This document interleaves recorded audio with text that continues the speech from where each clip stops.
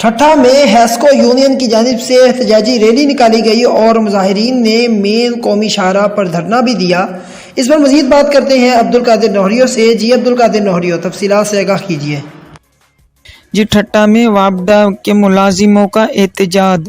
उनका कहना है कि वापडा हम किसी भी सूरत में निजकारी नहीं होने देंगे, जिसमें पूरे पाकिस्तान भर में वापडा के मुलाजिमों का एहतजाज होया और उनका ठट्टा में भी एहतजाज होया। उनका कहना है कि किसी की सूरत में जो यूनियन चेयरमैन है निजामणी साहब की हिदायत में कि पूरे पाकिस्तान में यूनियन चेयरमैन की तरफ से कि एहतजाज किया गया। वापडा के मुलाजिमों का कहना है कि हम किसी भी सूरत में निजकारी नहीं होने देंगे। जी।